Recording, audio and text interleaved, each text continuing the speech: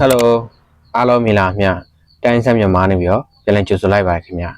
This is your Mia Jolly Haro, Jolly Messenger Bono, the Pagan in your Sapula, go and Dupula is our Kumchia, they came up to a Piat or Kurumio, and the Panavio, Pula is a Piat or Piat Kajai, a Piat or Sao, John in it, Romeo be a cherry up your famous straw, the Bidama, Pepidamo, Joy Bidu, so he should be back Mia. If you live sat in me, Joy Channel Leo. တိုင်းစခွိုင်းနှစ်သက်ပေးဖို့ကြောင်းနေနဲ့တောင်းဆိုပါရခင်ဗျဒါဆိုရင်ကျွန်တော်ဗီဒီယိုလေးကိုစလိုက်ရအောင်ခင်ဗျ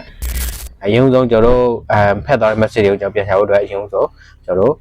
software တစ်ခုလို့ပေါ့နော်အဲ့ဒါတော့ဒီ software လေးပါခင်ဗျကောင်းနေပါဒီကောင်လေးကိုကျွန်တော်ဘယ်ရတာတောင်းမလဲဆိုတော့ကျွန်တော် Play Store တောင်းမှလည်းဖြစ်ပါလိမ့်မယ် Play Store ရောက်ပြီဆိုလို့ချင်းကျွန်တော် server မှာဘယ်လိုရိုက်ရှာမလဲ recover delete message ဆိုပြီးတော့ကျွန်တော်ရိုက်ရှာမှာနော်အဲဒီမှာပေါ့နော် recover delete message ဆိုတာလေးကျွန်တော်ရိုက်ရှာလိုက်မယ်ဆိုင်ဆိုင်ပြီးရင်ကျွန်တော်ပေါ်လေးကို next ဆွဲတင်ပါခင်ဗျrecover delete message ဆိုတာလေးရှိတယ်ဒီကောင်လေးပါအဲ့ software လေးပေါ့နော်အဲ့ကောင်လေးကျွန်တော်ထောင်းလိုက်ပါခင်ဗျကျွန်တော်ထောင်းပြီးသားဖြစ်တဲ့ကြောင့်မထောင်းပြတော့ဘူးအဲ့ကြောင့်ကျွန်တော် software ကိုစီထားမယ်အရင်ဆုံးကျွန်တော် software တွေကိုဝင်လိုက်မယ်ပြီးရင်အောက်က next ကိုကျွန်တော်နှိပ်ပါခင်ဗျနှိပ်ပြီးရင်ကျွန်တော်ဒီမှာအပေါ်မှာဒီမှာသူရွေးခိုင်းတယ်ပေါ့နော်ကျွန်တော်တို့ Messenger ကဖြတ်လိုက်တဲ့စာယူမှာဖြတ်တဲ့ကြောင့်မို့ Messenger ကိုကျွန်တော် message ပေးရမယ်ပြီးရင်ကျွန်တော်အောက်က link လေးကိုထပ်နေပေးရပါခင်ဗျ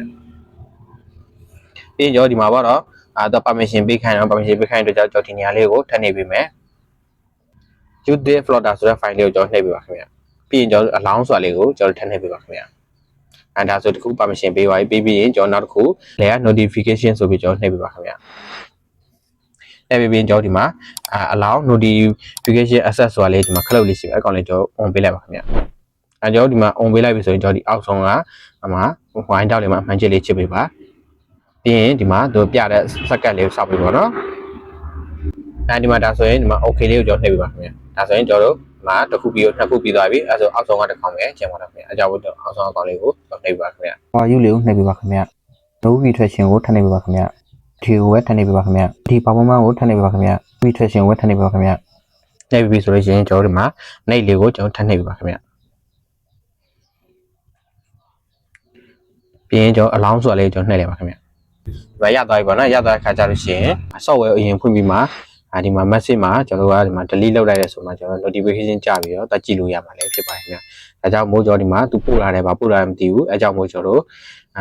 software ထဲမှာတက်ကြည့်ကြည့်အောင်နော်ဆောက်ဝယ်ရရတဲ့ခါဒီမှာပေါ်တော့ပေါ့နော်ဒီမှာကောက်လိုက်နှိပ်ပါခင်ဗျဒီမှာပေါ့နော်သူ hi မင်္ဂလာပါဆိုပြီးတော့သူပို့ထားတာပေါ့နော်အဲကြောင့်မို့ဒီ software သုံးရမယ်ဆိုရင်ကျွန်တော်အရင်ဆုံး software ကိုဖွင့်ထားပြီပေါ့နော် software ဖွင့်ထားမှလည်းသူဖြတ်လိုက်တဲ့စာကျွန်တော်ဒီ notification တွေကဒီ software ထဲကြာမှကျွန်တော်ဒီမှာပြန်ပေါ်မှာလည်းဖြစ်တော့ပေါ့နော်ဒီသူဖြတ်ပြီးမှကိုကဒီ software ဖွင့်နေဆိုရင်တော့ကျွန်တော်ပေါ်မှာလည်းမဟုတ်ပါဘူးခင်ဗျအားလုံးပဲလောက်တဲ့ကြမယ်လို့ကျွန်တော်အနေနဲ့မျှော်လင့်ပါတယ်ခင်ဗျကျွန်တော်ဗီဒီယိုကိုအဆုံးထိကြည့်ရှုပေးတဲ့အတွက်လည်းအားလုံးကိုကျေးဇူးတင်ပါတယ်ခင်ဗျကျွန်တော် channel လေးကိုလည်း like subscribe နှိပ်ပေးဖို့ကျွန်တော်အနေနဲ့တောင်းဆိုပါတယ်ခင်ဗျအားလုံးကိုကျေးဇူးတင်ပါတယ်ခင်ဗျကျွန်တော်တို့နောက်ဗီဒီယိုမှာပြန်လည်တွေ့ဆုံပါအောင်ခင်ဗျ